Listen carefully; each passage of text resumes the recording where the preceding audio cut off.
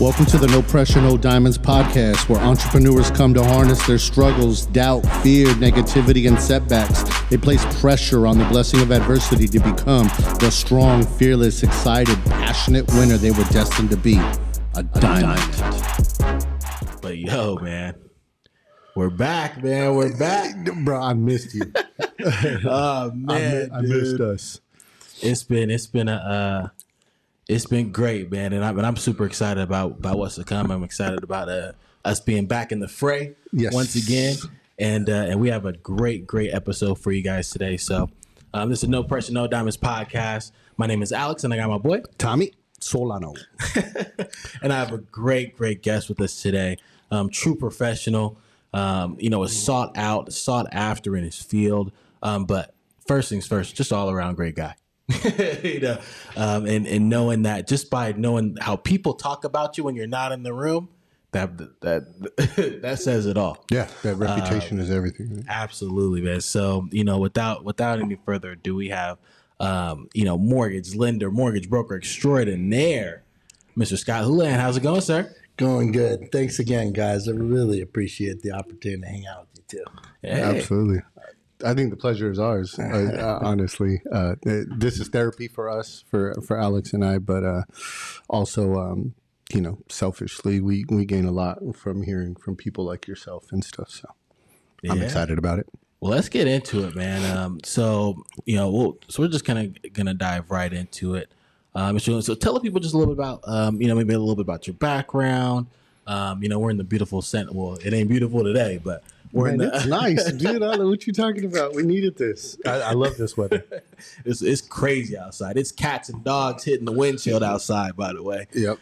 But tell people just a little bit about your background, where you're from, and we'll dive into it. All right. Well, you know what? I'm a Southern California born and raised, and I spent a lot of my youth in the San Fernando Valley and then Santa Clarita.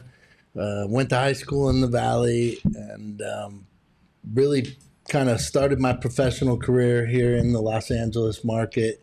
And that took me all the way out to Detroit for a little stint with General Motors. D-Town, hey.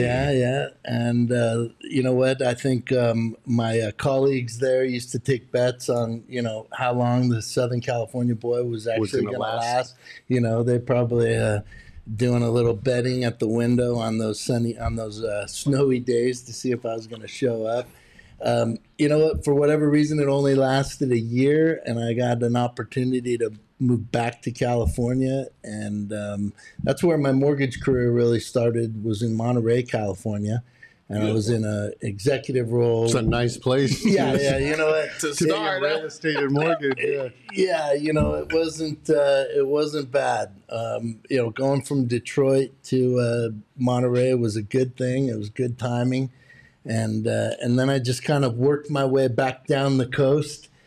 Spent some time in Santa Barbara, and then Ventura, and finally ended up making my way back home in Santa Clarita around 2004, and. So I've had a lot of different roles in the mortgage industry, from, loan officer to branch manager, executive VP of a sales team of about 200. Oh my gosh, almost 300 loan officers at the end there, and managing in about 4 states. So career's taken me all over the country. It's been fun. I love the mortgage business. It has that ancillary payoff of helping people realize a dream, in a lot of cases something that they've planned for a long time, didn't think was possible, and I'm a part of that. And then I make a living doing it too. It's pretty cool. Yeah, that's awesome. I like that, man. And because ain't nothing wrong for getting paid for helping somebody. Nothing wrong with that. But it's feel good. Yeah, man. I mean, it's something about it's like that push. We were talking about this the other day. That push pull effect. Yep. when you really help somebody get over that hump, and like you said, help them realize something they were just like, oh no, but it becomes a reality. It's almost like it gives you like an extra jolt of energy. Well, it's like one of the probably the biggest piece of the American dream is being a homeowner. So I can see what you're saying. But in Detroit, was it the job only lasted a year and then you got the opportunity to live, or you only lasted a year and those dudes cashed in on the bet? God dang. You know what? Man. Leave it to Tommy. I was. I need to know. Hey, you know what? At that stage in my life, I was. I like to think I was prepared, but I was pretty lucky too. And I was hustling, and it was just such timing that General Motors and GMAC Financial Services had purchased a mortgage company, and I was lucky enough to be working on location with the gentleman that was going to be appointed head of Ditech at the time. And he looked at me and he said, "Hey, aren't you from California?" And I said, "Yeah." And he goes, "Well, would you consider moving to Monterey to, help us manage a training team out there?" And I was, tried to keep my cool. Not look too eager, but my bags were packed. I was ready to go. Never unpacked when you got there. Huh? Yeah, pretty much. My wife at the time was having a tough time with the transition. She was, born and raised in Marina del Rey. We didn't have any kids at the time, and that position basically had me on an airplane on Monday, somewhere in the country doing training, and then back there. So I spent the first part of my career, after I got done with the sales part of it, I started doing a lot of training and development, and they started shipping me all over the country to do a number of different sales training, presentation training. That kind of became my forte. And then just by luck, we did a contract with the mortgage group, and that gentleman offered me the opportunity, and then that kind of was my entry into the mortgage side of the business, financial services. I want to talk about just the training and teaching other people. So what would you say was one of your biggest takeaways from teach? So was this teaching mortgage? Was this teaching? So what type of sales training was it? Was it just like so what type of sales training was it? So I was originally moved to Detroit to be on a team called the General Motors University training team. And that was really teaching sales skills to any number of the entities that General Motors owned. So one week we might be training the Motors Insurance Company people who were going out to the dealerships to sell insurance services. We might be training GMAC Financial Services people who are going out to the dealerships to sell any number of financing tools. The smart lease products were the big thing at that time. And then the mortgage group, and they were really investing in teaching their loan associates basic sales skills, because that was something that in our industry, the mortgage industry, that is, nobody really made that investment in teaching the associates real sales skills, right? So and then presentation skills became a big part of that. So I was teaching everything from the real true skill set of selling and presenting. That's fire. So first of all, I didn't realize General Motors had their hands in so many different cookie jars, so to speak, right? But they're like, hey, you want a loan, you're coming through us. You want insurance, you're coming through us. You buying that car, it's coming through us, which is awesome. But so you didn't need to specialize. Is this fair to say, Scott, that you didn't need to specialize in the insurance, so to speak, or whatever was being offered by that sales team, because the skills are universal? Is that fair to say? Yeah, spot on. We had actually, General Motors, GMAC Financial Services had made a big investment in a group called the International Professional Selling Skills. And that was a company that was an offshoot from Xerox. Xerox was really the very first ones to really come up with a full skill set sales training, module by module, right? Opening of a sales call, the the questions that you ask in a sales call, right? The closing of the sales call, and they put that all together, and then that became International Selling Skills, a whole different company. General Motors invested in that, and then when they created the GM University team that I was on, we started to then take that out. So to your point, it really didn't matter what you were selling. The setup of a sales call, the dynamics of a sales call, the different parts of a sales call, overcoming objections, it applied to whatever you were selling. Following a system. Mm-hmm. You got it. Xerox needed one, dude, because like they used to go like door to door, right, or business to business, essentially, to sell this big old freaking machine, and you're trying to convince somebody on why they need it. Like, you better take this computer. It's a room. You better know how long those ink cartridges last, or whatever the case may be. That's awesome. Wow. Yeah, and the whole process of, not just selling the features of anything that it might be it a car, be it an insurance product, be it a copier, right? Mm-hmm. But what's the benefit? What's the benefit to the user, right? And identifying that. And, if you walk in asking a bunch of closed-end questions, that'll be a short sales call, right? Good. So, teaching people to ask the open-end questions, identify the language of need, and then to come back and show benefits that satisfy the need. Mm-hmm. And then summary and close. It applies to everything from SUVs to sweaters, huh? Really does. Yeah, man.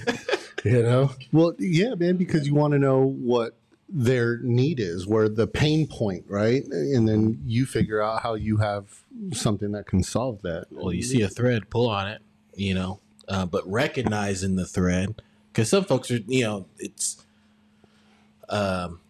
so having a system too, but also having those open-ended questions, man. I think open-ended questions, that's the name of the game when it comes to being able to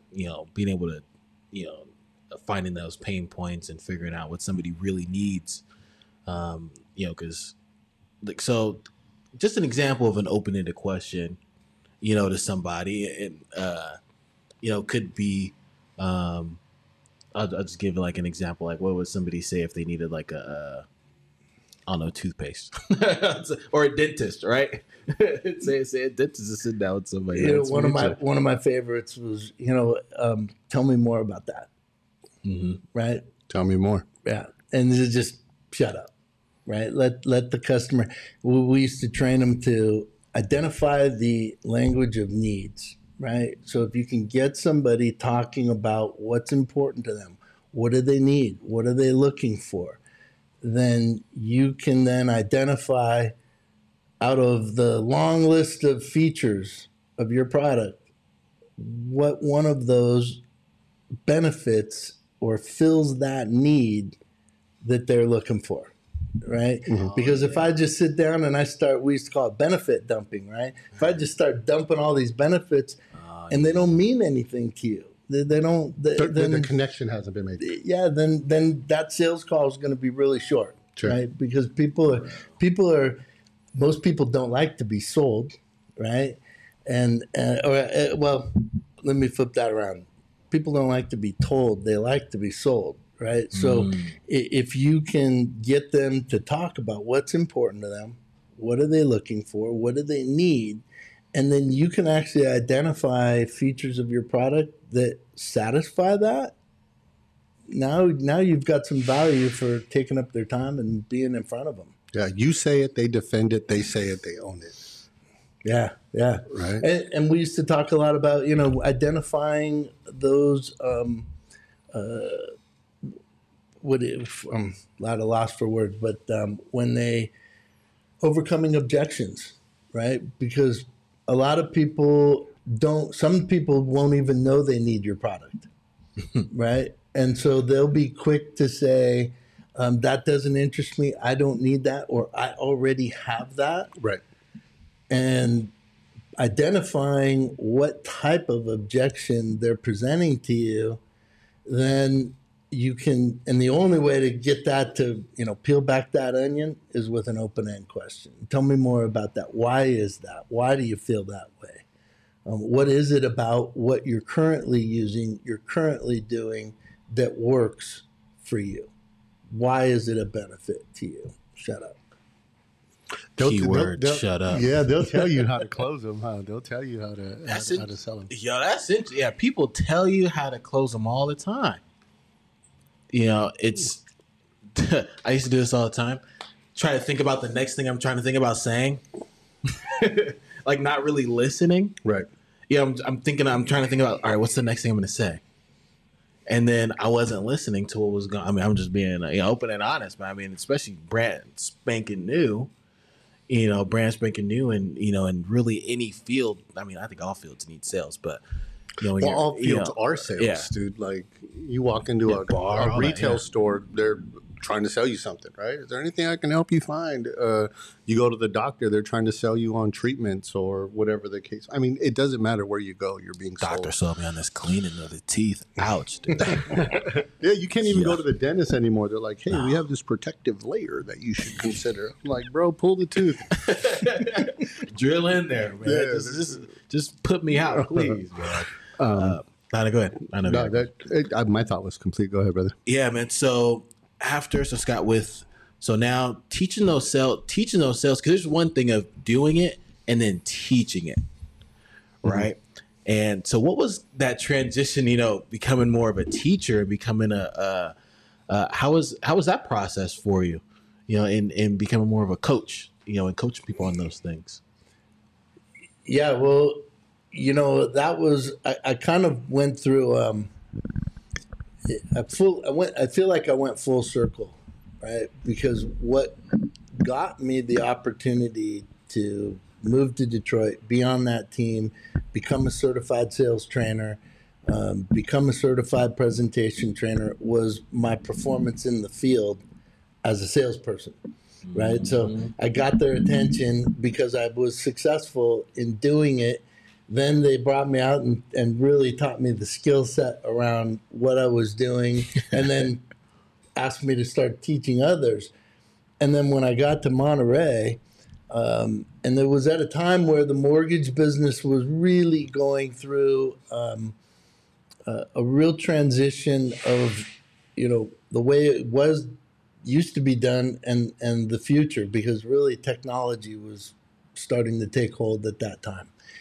And I had a mentor in my life that came to me and said, Scotty, you're really good at teaching everybody to do it. The money's made out there in the field doing it. And so I had to then take another step back and, I said goodbye to the 6-figure, salary, and went 100% commission, and, took all those skills that I had been imparting on others to the field for, real live demonstration, right? And was what I was teaching people and what I was mentoring people to do. Now I was employing it in the field, and, luckily it worked. Yeah. And I had a short time, a short ramp of, going from being a loan officer to then managing people. And then to your point, that becomes, you're like the player's coach, right? Because I'm on the field with you, but I'm now coaching, I'm recruiting. And, that went through a stage of, before I really kind of started to have to step back, and I went about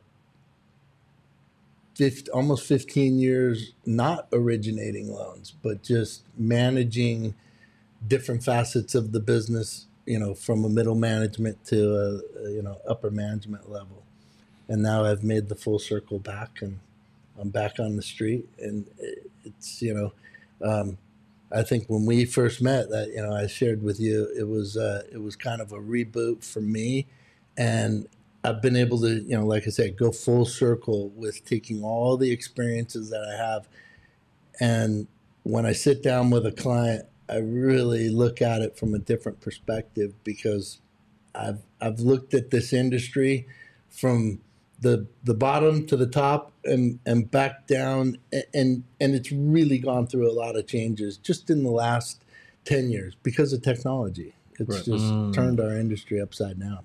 Well, you've seen it from all angles, right? And so, man, that gives you such an incredible perspective. That insight, I would imagine, creates some separation between you and quote unquote competition. But so you had said something that I wanted to just get some clarification on. You had mentioned that getting into that opportunity to go to Detroit and be part of that development team was due to the success you had in the field.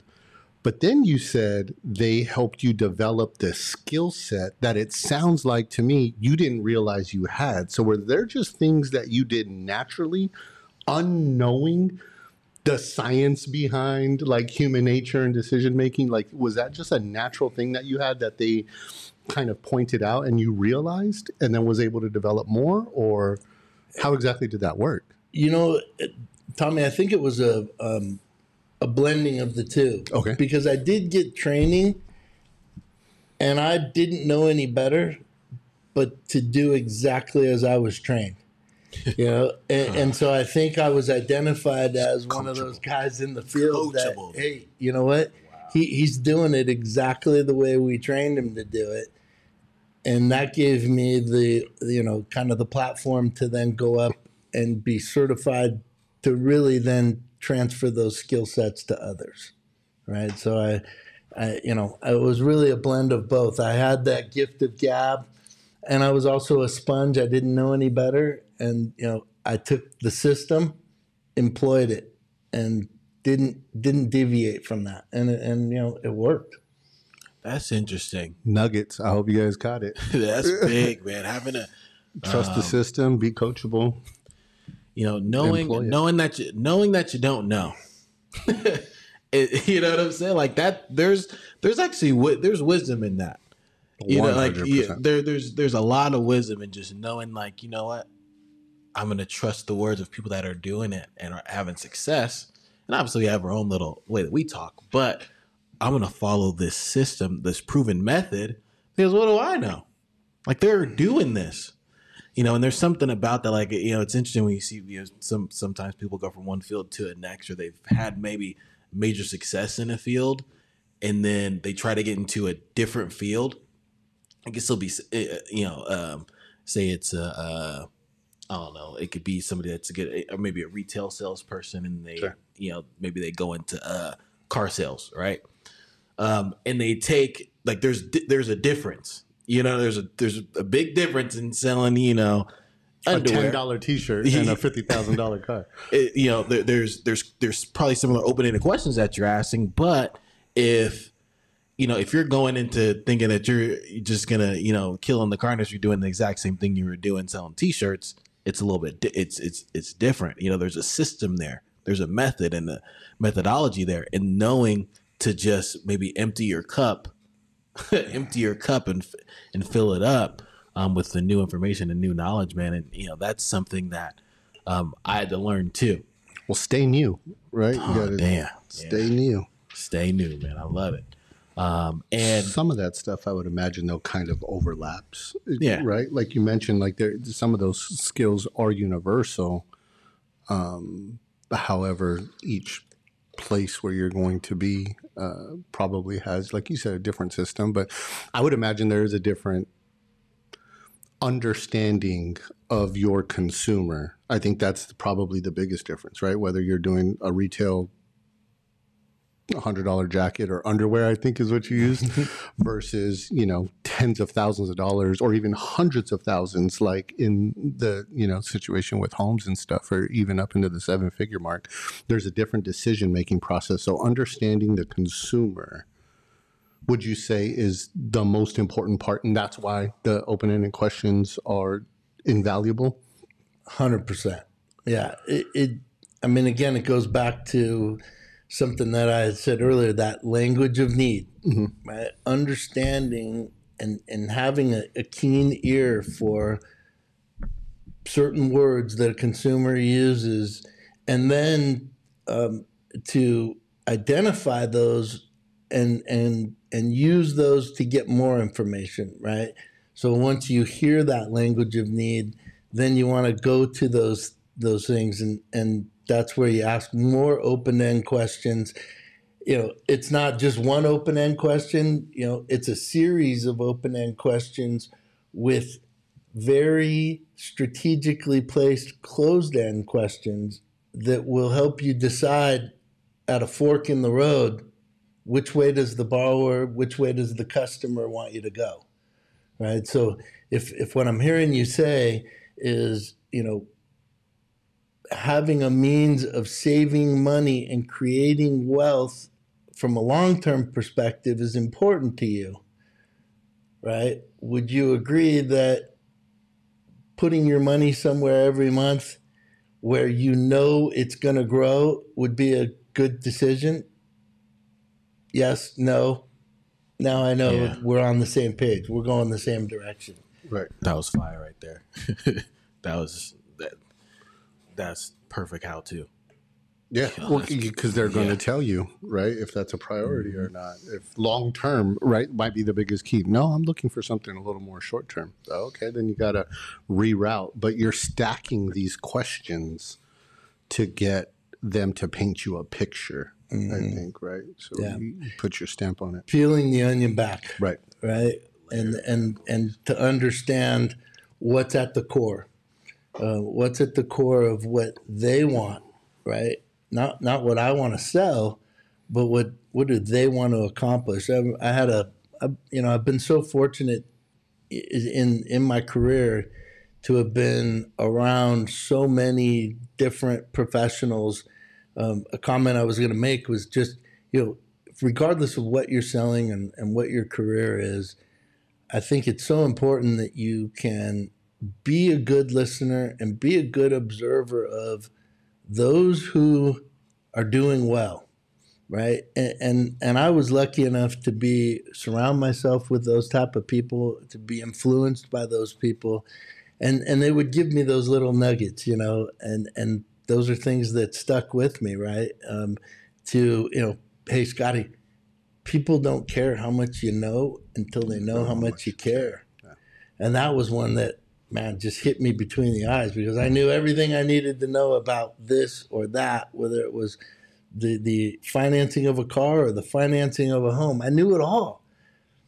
But people really, you could lose people when you're talking about all the, the data. Yeah. And you start bringing, using acronyms and things, and you lose them, right? And they don't really, that's not important. What's important is that they know that you're sitting in front of them with a genuine heart to help them solve a problem or get what they want, right? And so that's been one of those things that I've tried to focus on is, God gave me 2 ears, 1 mouth. Use them accordingly. Right? That order, huh?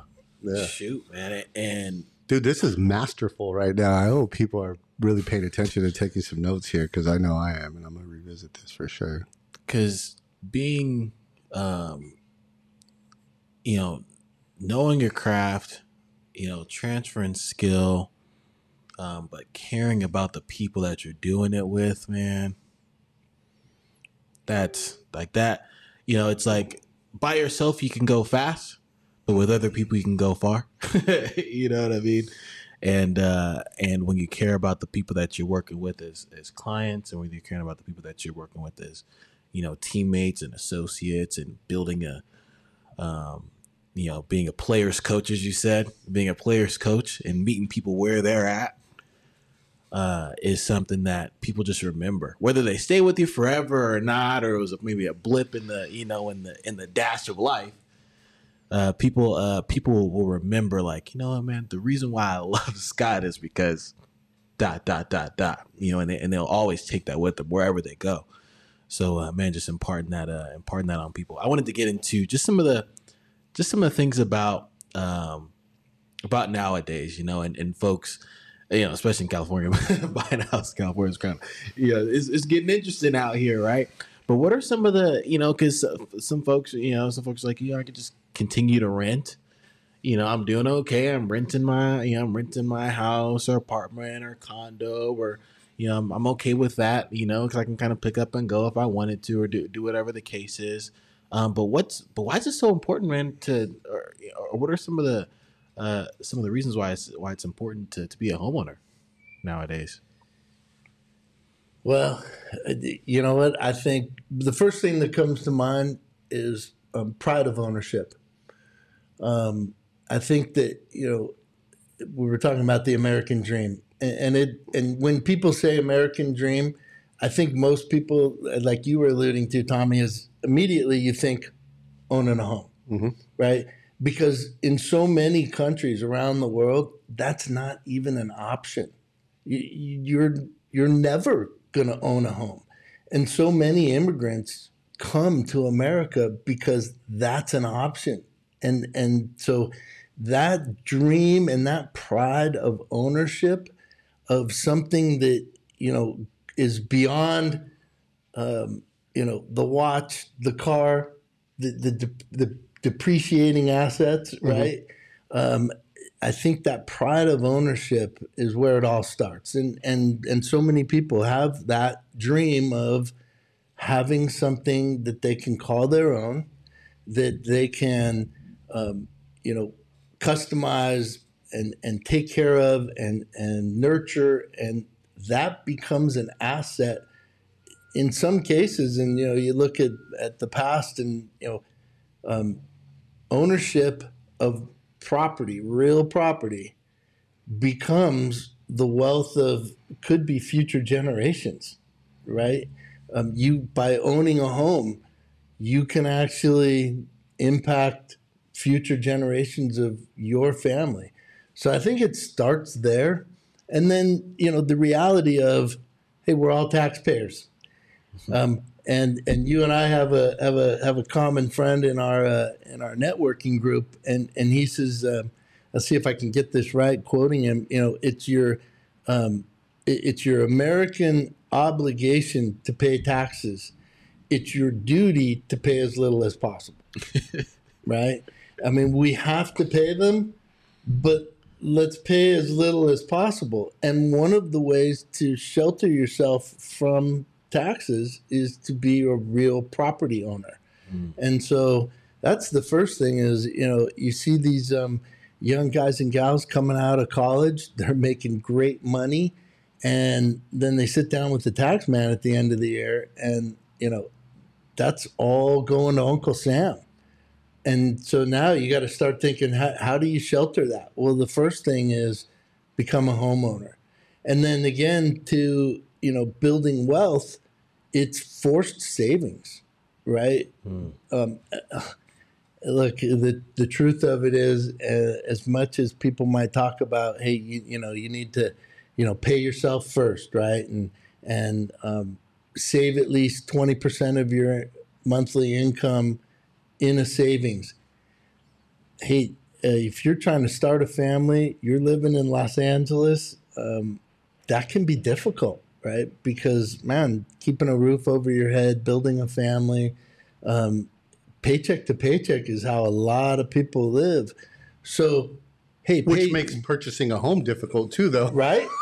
It does, and hey, I've got some answers to that, but pay yourself first.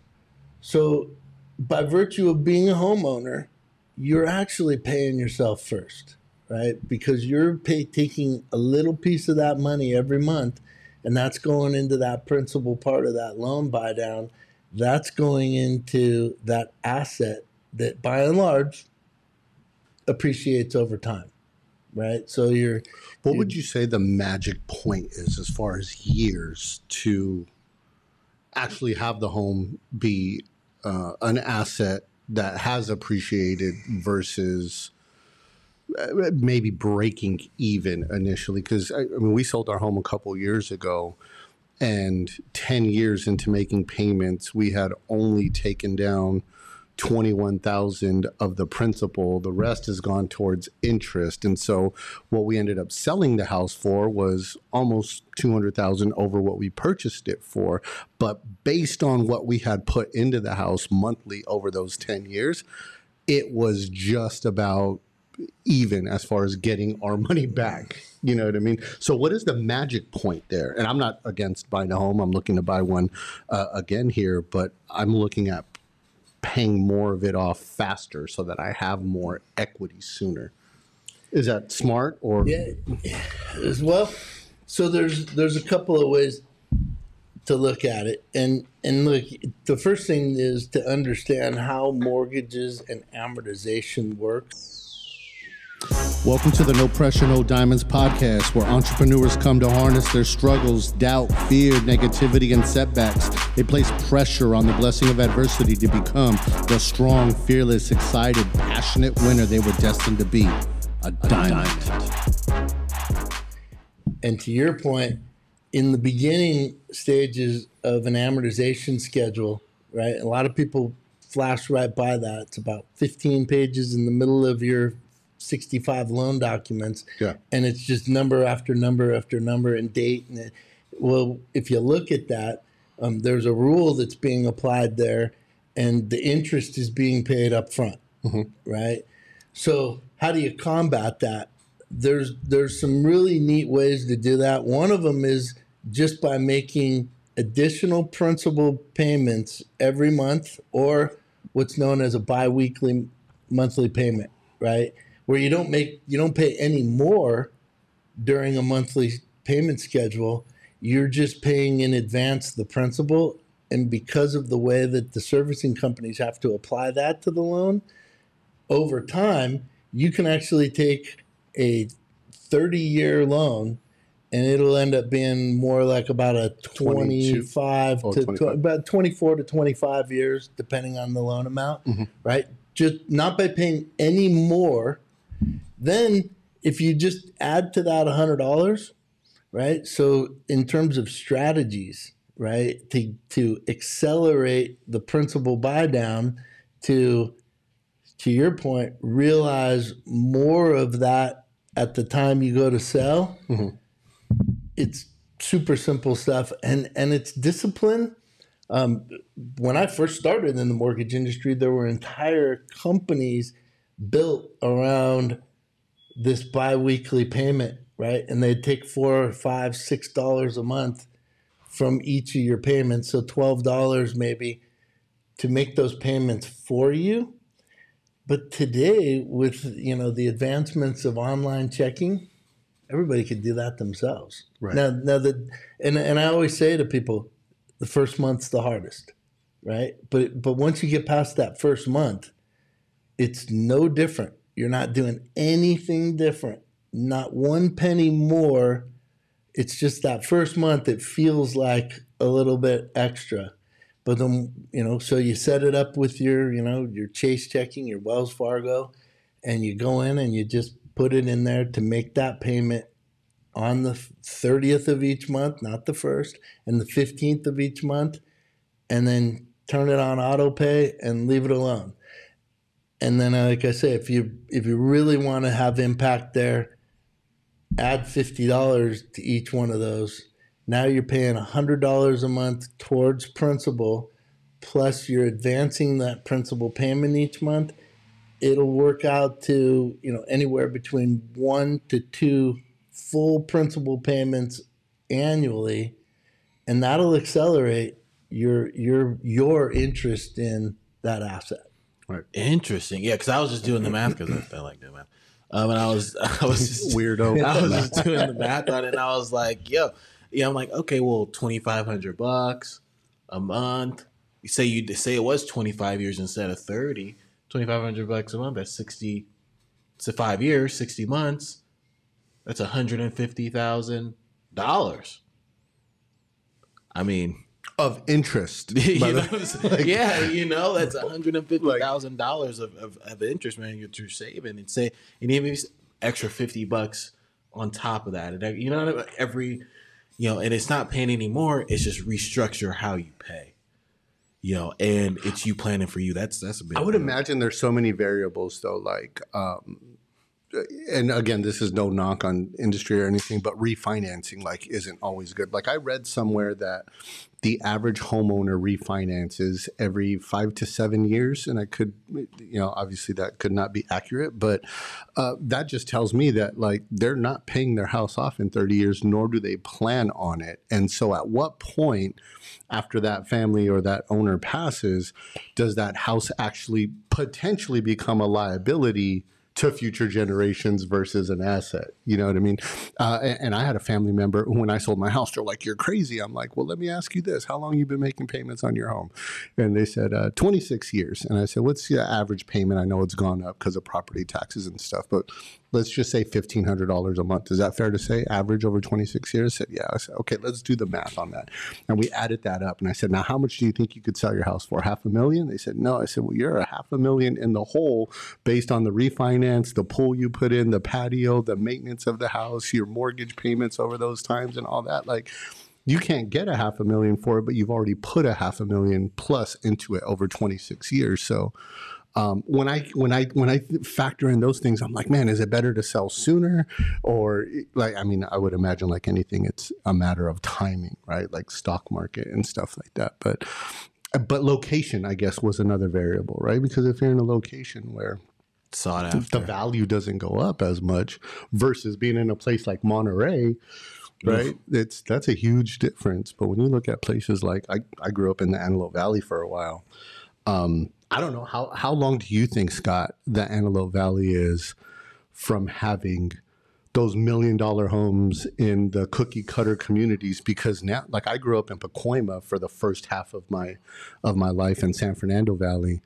Man, you go out there and you have a little 800 square foot house and they're 800, 900,000, close to $1 million.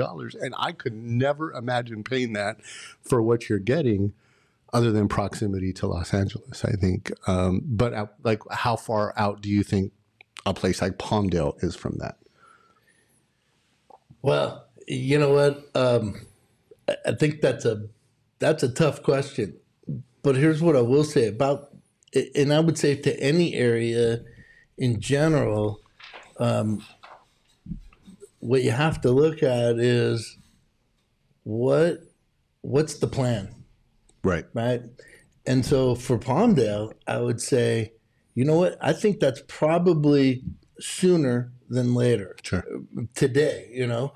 Now, what it was, I think if you look at if you charted out, those values plateaued and stayed level for a long time. Yeah. Right? And quite frankly, probably took a dip harder than most in that 2010 to 2017. But what you look at is, hey, what's the aero industry doing out there, right? Is the high-speed train a reality? Is the international airport a reality? Right. So I look at, you know, what is industry doing out there? You know, Boeing and Northrop Grumman, they're investing in that area, right? So I think, you know, hey, I think there's a reality of in the next 10 years, there's going to be a substantial increase in what those properties are worth just by virtue of the people that are going to have to go out there, right? The jobs aren't going to be, for so long you live there and you went somewhere else for the job. Now they think the jobs are going to go there because the one thing that they don't make any more of, right? They don't make dirt. They don't make land. Right. And there's plenty of it out there, and industry sees that, right? That's part of the reason that I think, you know, what we've seen happen in the Santa Clarita Valley, right, has been just mind blowing for somebody, especially like me. I moved out here, and you know, my mom and I moved out here in '81. Okay. And I've seen pictures. It's a different world. Yeah. It's the moon. Right. It was like the moon. It was crazy. But, you know, you think back and you look at what the visionaries of New Hoolahan and Farm and what they did in terms of master planning this community. And it's an example for so many areas. In fact, Alex and I were talking about something that's happening in the just outside of Memphis, Tennessee. And, you know, they have learned from communities like Santa Clarita and Valencia, and they're pre-planning and master planning what's just today open fields and wide open area, because industry is making an investment there, right? Ford announced, I think, something like I'm going to say $6 billion, but I feel like it's even more than that they're going to build their mega factory there for building electric cars. All of their electric cars will be built on the same platform, and they'll be built there. So that community, I wonder why. Does Tennessee get more sunshine than Detroit? I don't know. Yeah. And you know what? I think it's, hey, follow the money. Right? For sure. Mm-hmm. And it's not about where those cars are going to go, but, if they need a couple million square feet of dirt, it's going to be a lot cheaper in Tennessee than California. I mean, look at look at what's happening with Tesla, right? Yeah. They're going to Texas. And then the next thing is then you look at, where are you going to have employability, right? Where are the people? And then those people that come, where are they going to be able to afford the American dream? If they're going to work and check in and check out in a factory every day, where are they going to be able to take those dollars and realize they're part of the American dream? Well, I think Tennessee, Texas, those places represent that opportunity. And for business, you look at Texas. I mean, they're so friendly to business owners. Yeah. And so it's interesting because I did want to, but I wasn't going to bring that up or ask because it can somewhat go political, and that's not what this conversation's about. But with what's happening in California, how do you foresee a lot of major businesses leaving? Like Warren Buffett left, right? The Daily Show left with Ben Shapiro. Joe Rogan took his business somewhere else. And so when you say follow the dollars, we're talking billions upon billions of dollars leaving the state. Obviously, it leaves openings for other businesses to come in. But when you're in a state that's not necessarily friendly to independent contractors and business owners, and they're looking at raising the taxes and stuff, like where do you see the mortgage industry specifically or home ownership specifically going in California? And is it like a safe place to look to purchase for investments? Because obviously it's ideal land, right? Weather and stuff like that. But when you have a mass exodus, it also brings in people that have money and they buy everything up. We actually seen that in Palmdale, like after 2008, where stuff was so cheap because of the crash, but new homeowners couldn't get a home because they were just being outbid by all cash buyers. And these dudes were buying 4, 5, 6 houses on the block at a time. Mm-hmm.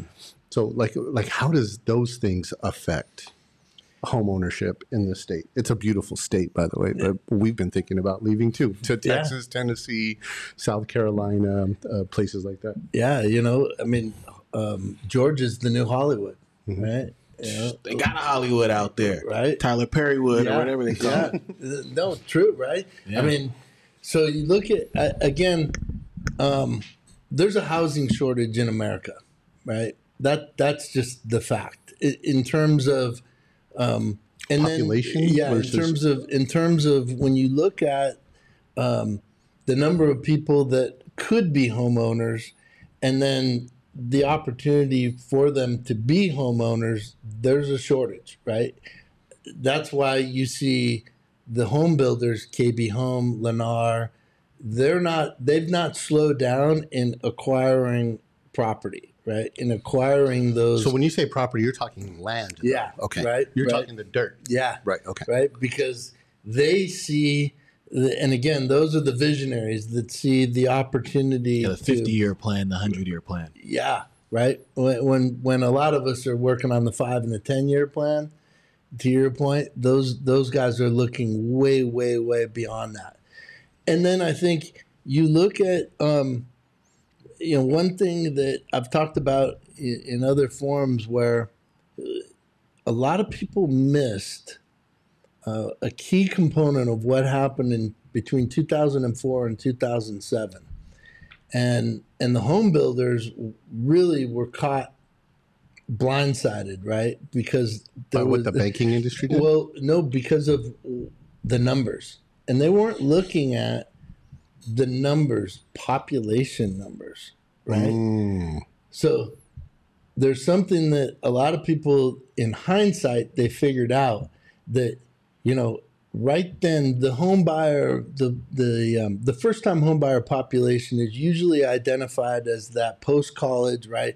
So you're looking at 26 to 35, right? Mm-hmm.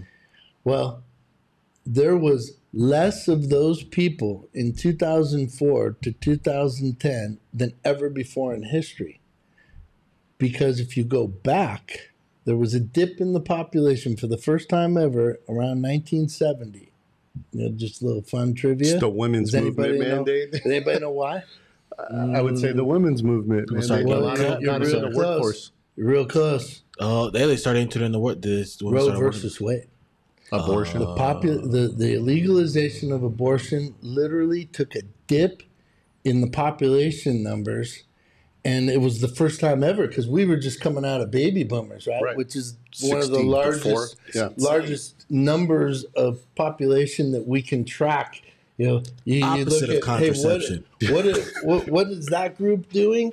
Then you're going to want to be ready to provide them for whatever it is that they're getting ready to buy, right? Yeah, there was a demand. Wow. Sure. Number one selling car of all time to this day, 1964 Mustang, because they were all turning 16. Yeah. Right. Yeah. So they missed that in that population in that time frame. So there was like a perfect storm, right? Where there weren't as many of them to be buying homes. The home builders were building, and then they were caught with standing inventory. And then you bring in the economic impacts of what was going on at that time, and it was a dumpster fire. It was a collapse, with gas. Fast forward to today, that home buyer population of the 26 to 35 is equal to the baby boomer. In fact, it's more than. That Gen X, that group is bigger than the baby boomers. So, and not to mention that they don't have those the baby boomer jobs. These kids have they're bouncing from job to job. And they're moving. They're not afraid to move. Right. The pandemic has even, magnified that, right? Where they can make that income anywhere. Mm-hmm. They can be in Georgia. They can be in Texas. They can be in Tennessee and make California money. Well, that's kind of like our situation. How many times have you heard me say that? I'm like, bro, I could go anywhere, save a ton of money, but still be making California money because remotely. Yeah. And no territorial limits, and And then you look at the states that are, not taxing your personal income, right? So you got Nevada, Florida. Oh yeah, no state tax. Texas, Washington, Texas, right? So benefits. You really look at all of those things, and then then there's climate change, right? Because there's definitely some impacts that, again, the people that are thinking out 10, 20, 30 years, what will the climate look like in places like the Midwest versus California? Well, California just got dumped on and is getting dumped on, and I heard is it Mammoth that my wife was looking at? Like the roads up there are closed, right? But Mammoth just got, I think, 197 inches over the last week or two of snow. Like, dude, that place is going to be open till June for snowboarding. Like, it's crazy. So, there's definitely something going on there too. So I don't know. As far as predicting what's going to happen, I'm definitely staying out of that business because I'm probably going to be wrong. All I do know is things are changing. Mm-hmm. Things are there's a very fluid change in terms of what people want too, right? The next generation. I mean, we got a perfect example right here in 5 Points. I don't know if you guys have been up there to look at those homes. Mm-mm. Go look at those homes. There's no yard. And then compare it to, say, West Ranch, right? Just one over, which was a housing development that was built for buyers like myself in that 2000 to 2010. And then you look there are no yards. They're more vertical than wide. they don't want to take care of yards. Why? Because they want to take their expendable income and go get you got it, brother. Yeah. Right? Yeah. So, hey, it's not as important for me to own this big place. Hey, I still want, I meant to say too, the thing that I don't think was a part of your equation when you were talking about, hey, I'm paying, and maybe did I get out of it? The tax benefits of that. Now, granted, in the last 4 years, that's changed a little bit. Yeah, well, I think Trump took away the ability for a while to write off your property tax, right? Well, he didn't take it away, but he definitely limited it, right? Yeah. So, but here's the reality of it. A lot of people go, well, Trump can't. Here, let's get real, especially with interest rates as low as they are. Mm-hmm. For a married couple, that's $24,000 a year as a tax credit. That's a good chunk of change, right? Sure. And most of us are not going to have mortgages that are going to be above that. Now, if you're above that, that probably means that, you have a $7-8 million mortgage. So you're in a different category altogether. But for the first-time home buyers, for most of the population that are buying the or ending up with a $400,000 to $600,000 loan, as a married couple, $24,000 in interest credit is still a lot. You got $12,000 as an individual, $24,000 as a married couple. So again, bring that back into the picture. If you're making $100,000 a year, $120,000 a year, $150,000 a year, and you can get $12,000 of that sheltered, from the taxes, that's a big deal, mm-hmm. right? So, build that into a 5-year plan, and you got to say, okay, yeah, I paid that money in, but then I also, was able to do some things. $64,000 in tax that I didn't pay. Tax benefit, okay. Right? Because if you're not a homeowner, then you probably, unless you're a business owner, you're not going to have any write-offs. Right. Right. Yeah, and the more and then again, you go back to these, young guys and gals coming out of college, they're making $150K. They're paying, right? That reality of have some kids, man. You gotta start looking for the marriage tax benefit, the kids benefit. Hey, but now we need to worry about you don't get them as a tax write off till they're 18 anymore, right? So that got taken away. We definitely, as Americans, we took a little haircut under that regime, and there's give and takes, right? I don't want to get political either, but hey, let's get real about the numbers. Sure. And hey, I didn't get to write off my youngest, right? When he turned 17, the year he turned 17, he was no longer a tax benefit to me. Right, so I told him pack the bags. But there's some loopholes there too, right? Unless they're like a full-time student or something. No, really? No, I didn't realize that. Mine are still young. The year they turned 17, you no longer get that tax benefit. So I said, "What's the plan, man?" Yeah, that's interesting. Bags are packed. Just to be fair and go back, I didn't factor in the taxes, and so I appreciate you bringing that up because we did save for 10 years. We had 10 years of write-offs on that. So that was something I didn't factor in. And prior to 2016. There wasn't a cap on that. I don't know that mattered in your situation, but certainly I was in a position in the past where, especially with those interest-only mortgages that were so popular in 2004, it was easy to exceed that $24,000 a year in tax credit, mm-hmm. and people were getting that.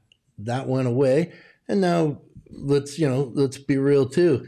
In 2004, when people were buying homes in Tesoro and West Ranch, right? If I could get you 5.9% interest on a house that was real close to the same prices of today, you were good with that, right? Yeah.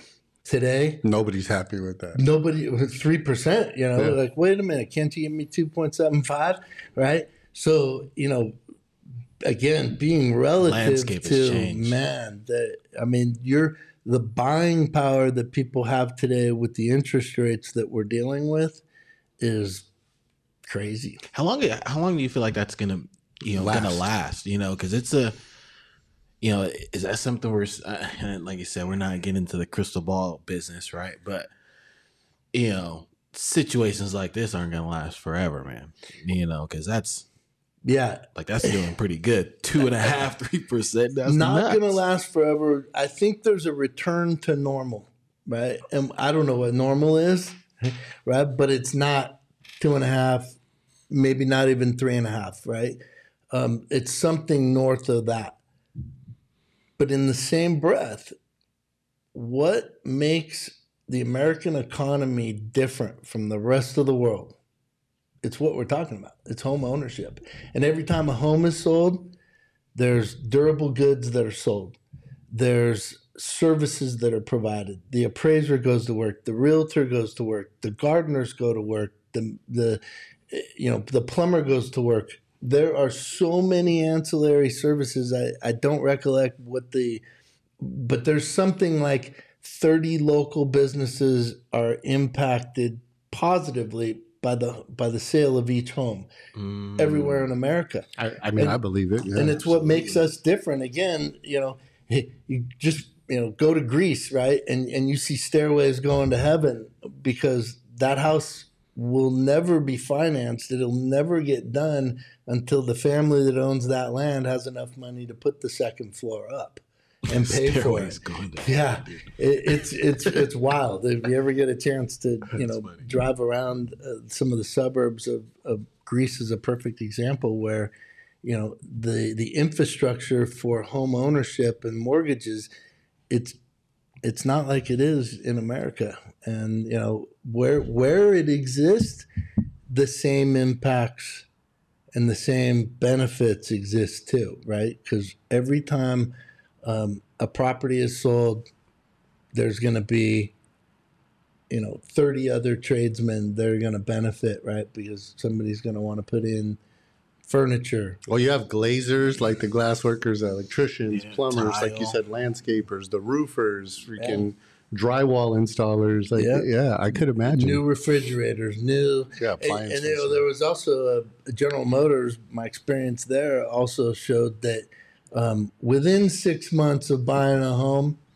almost everybody buys a new car, right? So you gotta have something nice in the driveway, right? Keep up with the Joneses and all that. But so there is that hey, now we're getting that tax benefit. I mean, there's all these things that come from the sale of real property and the benefits that brings to a community.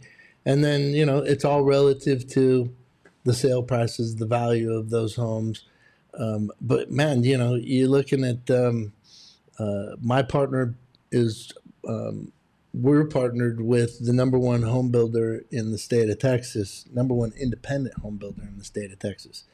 And they've got 40 communities in Texas right now, and they're trying to slow the sales, right? So, because they got all these California people trying to get out of California. Don't California my Texas is what they say again. Yeah. But I'm coming, suckers. I've been looking out there a lot. But that's interesting, man. So if money wasn't a thing, Scott, just one more question probably for me. But if money wasn't a thing, where would you say somebody like myself should spend money? Would it be on purchasing multiple homes? Would it be on purchasing a large piece of land, like thousands of acres potentially, that is buildable for the future? Would you say it's in multi-units? And I think the obvious answer is all of the above if money wasn't a thing. But if I could do one, or you could do one, let me ask you that. It's more of an opinion. If you could do one, what would you do? I think that's pretty easy for me to say. The answer is income producing property, right? at whatever scale that is for you, based on your abilities and your capital, income producing properties, right? So you're talking about like monthly rent, or are you talking about like Airbnb? I'm talking, well, again, what's your capital structure? But I think for the average American, right? Hey, be a homeowner first, and then what's next? And even if I've had a number of conversations with some of these Gen Xers that aren't sure, is California going to be home? Not sure. They're making good money. Buy an investment property in Tennessee, in Georgia, in North Carolina, state where it's a little more friendly. So they can buy those homes now. You can, with all the right intentions, not to steer anybody in the direction of mortgage fraud, but if you can buy a second home somewhere, right, and for the time period that's not your residence, then you can Airbnb it, right? That's a beautiful thing. Or if you can identify areas, we were talking about this happened in San Antonio back in 2004. I did a lot of loans for Californians that purchased homes in and around the San Antonio area because the Toyota had announced they were going to start building Tundras there. So there's that phase of, build the factory, then start to, create the factory, then run the factory. Well, there was a need for rental homes for a decade there. Right. Right. So, and whether it's multi-unit properties, whether it's commercial property, whatever you have an appetite for the loss, right? Or you have the capital ability, buying real property that becomes income property, right? So if somebody else is paying the mortgage, even if it's a break even, your instance of, hey, if somebody else had been paying that mortgage for 10 years, right? Yeah. They're bringing the equity to you every month. And then, if you look back over time, I was just telling a story of an uncle in Ohio that, guy barely got out of the 8th grade. But what did he do with his money over the years? When a neighbor sold the house in their neighborhood, he bought that house and he turned it into a rental.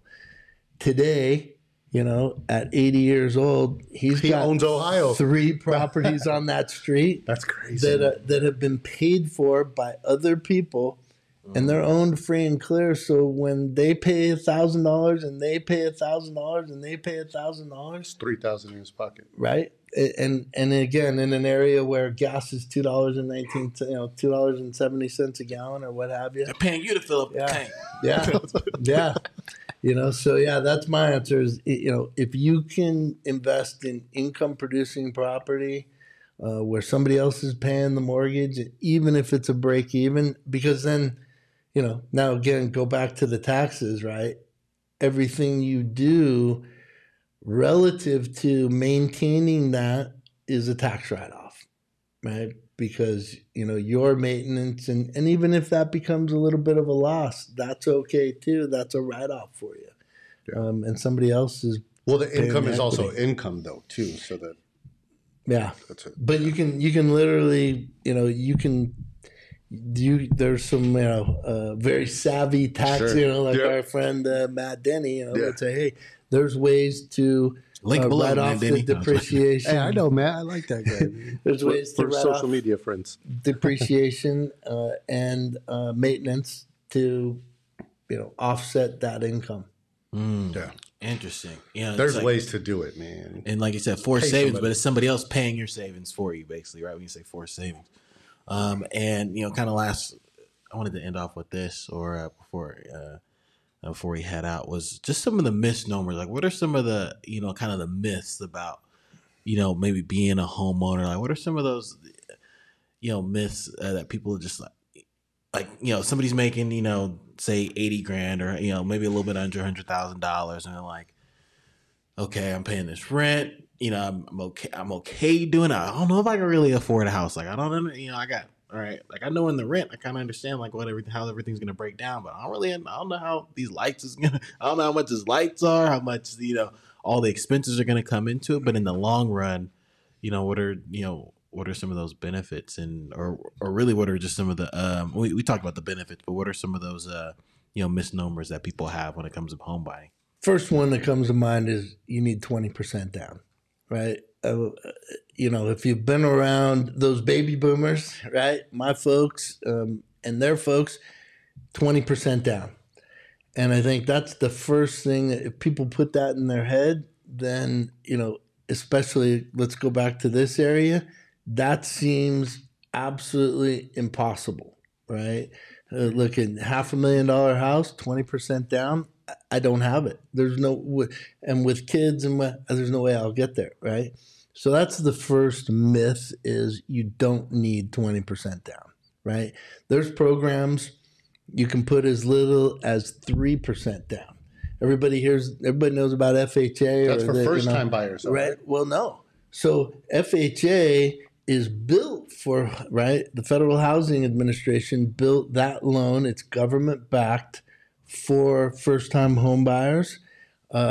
But that doesn't mean it was your first home. That just means you haven't owned a home or had interest in an FHA loan in the last 3 years.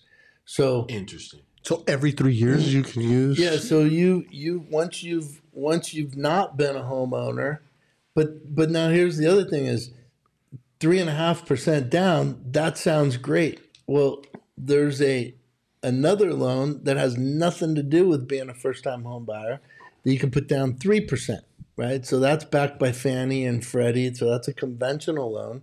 So that just means you have maybe better credit than, or you're not getting a gift, right? So FHA allows for a lot of creativity and it opens the door for a lot of folks, right? The other myth is, well, I got to have perfect credit. Right. Well, what's perfect credit? 850. Right. Hey, anything. I get people. Nobody. It's one of those things where most people are more critical of themselves than even a lender will be. Right. So hey, FHA will allow you to have credit as low as 620 to get a home. Conventional loans usually need to be above 650. And anything really above a 760, 780 is really considered above average. If you have a 780 and I have an 800, I'm not really going to do any better in the credit world than you are. There's, and you get above 800, that's just ego, right? It's just, okay, great. You're an 810. That's awesome. 780, I'm going to get money at the same price you are. Right. And then, then what's come back to the marketplace is 100% financing. And 100% financing is not something to just, I don't want to do that. Well, how about if I said to you 100% financing, and if you make the payments for 5 years consecutively on that second, I'll forgive it. Right. So that loan's available. Right. So there's a way to get into and there's loans out there. There's loans out there that, will do the same, but now they're going to limit the income, right? Because they're backed by bonds and government programs. So they're targeting lower income folks to be eligible for those loans. Well, the loan that I just described doesn't have that. So that's private money from Wall Street coming to the marketplace, seeing an opportunity where people making good money can't save a down payment, want to be homeowners. How are they going to do it? 100% financing, right? So or 3% down, right? They can do that too. Put the 3% down, or you can get closing costs in that as well. So you could literally, you've got people where they got 2 incomes, no kids, making good money, don't have any savings. They can handle a mortgage once you figure out what that mortgage payment is, they can get into a home with 0% down. And after 5 years of payment, that second that was created for them for the down payment and the closing costs is forgiven. Interesting. So I have one more question because you brought this, or this got brought up. How about for people that are on, let's say, a 1099, where there's not a consistent commission-based people specifically, right? Like on a 1099 commission-based, where there's not a lot of consistency. How hard or how easy, potentially either way, is it to qualify for a home? Double-edged sword, right? And it goes back to how are you managing your taxes, right? Because a lot of people that are 1099, right, they're maxing out write-offs. And so that becomes a double-edged sword because you're going to pay less in taxes, but then when you come to someone like myself and you put all that paperwork in front of me and it looks like you don't make any money, and I'm trying to qualify you for, a mortgage, it's a problem. Now, back to Wall Street, what we've seen is since 2010 to about 2017, the secondary market, as we refer to it in the lending business, was all but absent, right? Those guys had taken it so hard in the meltdown of what the kind of loans that those guys were doing. They took it so hard that they weren't coming back to play. We saw between Lehman Brothers. we saw between 2016 to 2020, those guys started to come back to the market, right? So not in exactly the same aggressive mode, but they saw an opportunity for the self-employed borrower who couldn't get a conventional loan, but they have money, right? So now we have, and I say 2020 because there was a moment in time, pandemic, where those loans disappeared from the marketplace overnight. Right. Like literally anything that was built for the self-employed borrower got taken away off the market overnight because the risk assessment was their doors are closed, right? Their restaurants are closed, their businesses are closed, nobody's lending to them.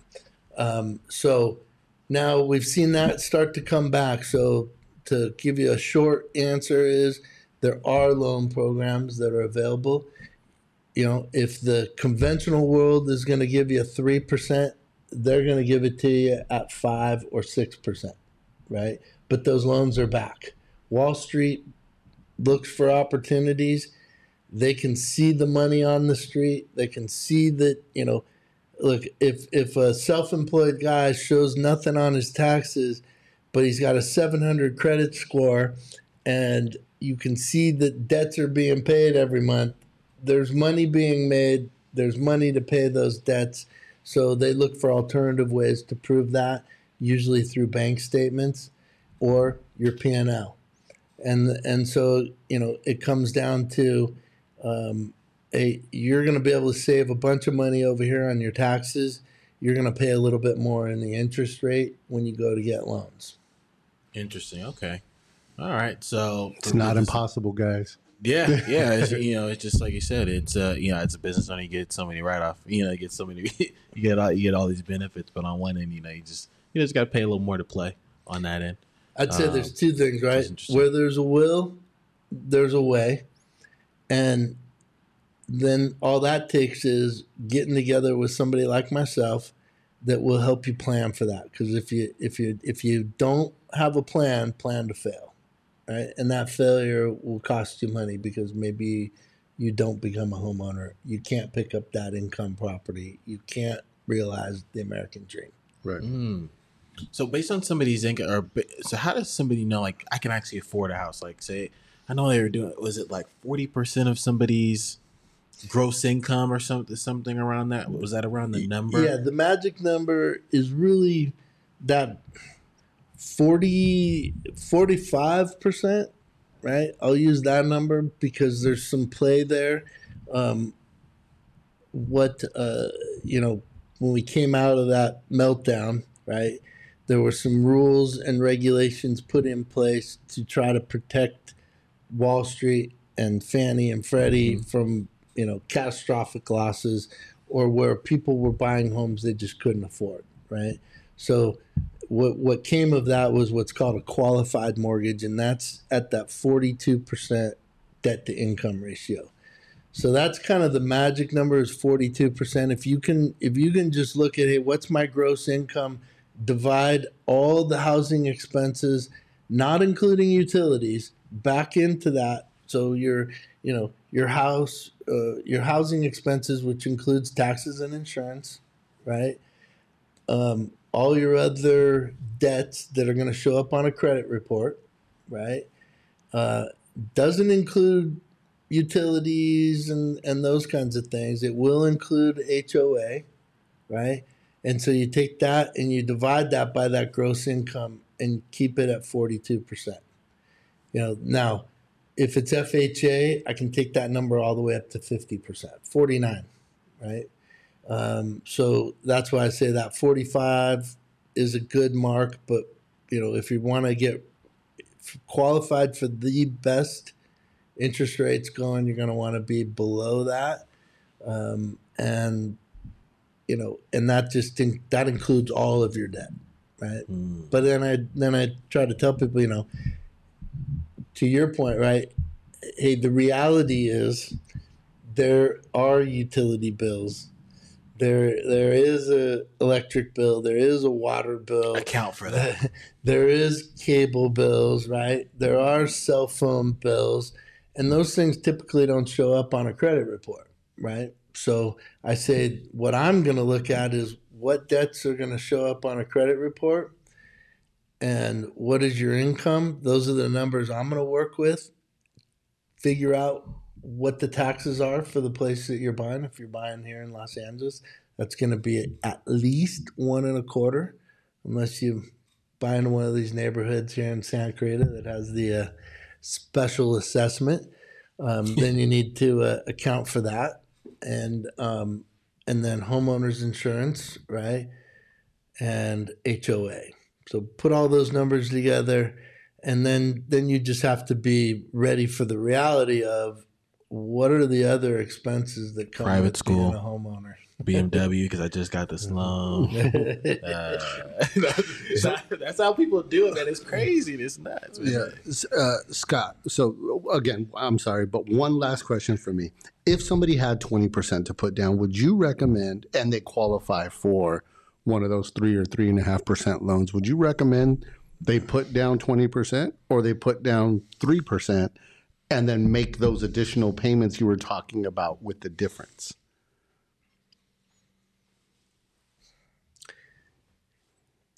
It's a good question, and it probably takes it probably has some follow-up questions, right? Because sure. What's the plan? What are we trying to accomplish here? Is this the home, or is this the starter home? Is this an investment property? Those are the kind of questions I'd start asking, because then the reality of that 3.5%, that 5%, that 10%, that 15%, those are all options, right? Come with a thing called property mortgage insurance. And that pays the homeowner no benefit, right? It's going to be an amount of money that you're going to pay for. And now, until you have enough equity, right? Then you can get rid of it. Yeah, okay. Yeah. And so, there's been a really smart strategy over the last 24 months has been in this market. And I certainly didn't have the foresight. I'm not going to sit here and say I was smart enough to say that I would have seen home values doing what they're doing. But I did have a couple of clients that said, you know what? I'm going to put down 5%. I got 20%. I'm going to put down the 5% because in a year I'm going to refinance and I'm going to get rid of that PMI and I'm going to have kept the cash at hand and reinvest that somewhere. And you know what? It worked out really well for them, right? But I wouldn't have said in the beginning. In fact, I'm thinking of a client in my mind that I was don't saying, do that. That's no, not man, smart. you know, why would you do that? You know, you're going to be paying more interest rate because, look, 20% down is going to impact a couple of things that are a component of that mortgage. It's going to impact your interest rate. It's going to impact PMI. So again, if this is a long-term strategy and you've got that 20%, I'm going to say no. Right. If there's like he had a short term plan. Right. Within a year. Yeah. And you can see that there's something happening in the marketplace that really, you know, has enough influence on the market value and you can see that, then hey, then that could be a really good strategy, right? So I think it's again, it's working with a good real estate professional that knows the marketplace, right? That knows, hey, if you're, you know, that knows where the money's going in that community, especially if you come in new. You know, I'm thinking about people that are buying new and in areas where they have no idea that Ford's going to be putting, you know, $6 billion into a factory around the corner from them. They would have no idea, but if you're working with a real estate professional that knows what's happening, where the money's going, where the infrastructure is going, where that investment has a potential of being. And, you know, I've become a believer of cash is king. So if you can have cash and make that work for you in some sort of liquid investment where it can be accessible for the rainy day, the unexpected, you know, adventures of life. Don't tie the breath. No, don't tie it up. Yeah, you know, or where it can work for you. And again, what's the plan, and what's most important to you, and where are you in your stages? You know, of have you, you know, if you've already accomplished the retirement plan, well, then your strategy is going to be different than that person that hasn't, right? So. Lots of questions, right? I mean, I think that's what I would tell a new homeowner. I would end with this and just say, there are no dumb questions, and ask a lot of them. Because just like you and I are doing right here, go, well, you know, that brings up, that's a good question. Let me ask you a question. Yeah. And by virtue of that exchange, you can develop a plan that's customized to meet your goals and your needs. Yeah. And these are only things that I learned through purchasing and selling our first home and trying to figure out which direction I'm going to go in the future. So, man, I appreciate it. I'm learning, man. I'm learning over here. I'm learning big time right now. Scott Hoolahan is a professional, a master of his craft, obviously. But you know what I got most from it, Scott, and I appreciate, and what I realized is that you seem to care. This is our first time meeting, and just based on your responses, you obviously care about your client or potential client there, and that just speaks volumes in of itself, you know, in and of itself. So. First American dream and first, you know, somebody's life, man. You know, and you know, it's a big man. Get into a more, you know, getting into a home. And just realizing, like, dude, this is mine. They get the jingle, you know, you jingle the little keys around and all that stuff. It's like, yo, this is, you know what I mean? You know? I'd have that feeling still after 5 years, like opening up the garage and pulling in, and just randomly I'd be like, damn, this is cool, dude. You know, like I don't have my mom or dad inside waiting for me. Like, this is mine. Do what I want. You know, it's a. If you haven't experienced it, it's hard to describe what that feels like. But if you're going to do it with people like Scott and his team over at where could people get in contact with you? So I'm at Supreme Lending, and pretty easy to find me. My website is Scott Hoolahan, HOOLAHAN.com, and I would And thanks for recognizing that, Tommy. I appreciate that, brother. Because you know what, I've always said that one of the things I like about being a loan officer in a community like Santa Clarita is I'm going to run into my clients, right? I mean, I'm going to see you at concert in the parks, and I'm going to see you at the schoolyard, and I'm going to see you in the mall. And, nothing gives me more pleasure. And I got the benefit of this yesterday where I had some clients refer me, and, the fact that I don't have a billboard in town, I don't do any advertising, I get all my business by referral.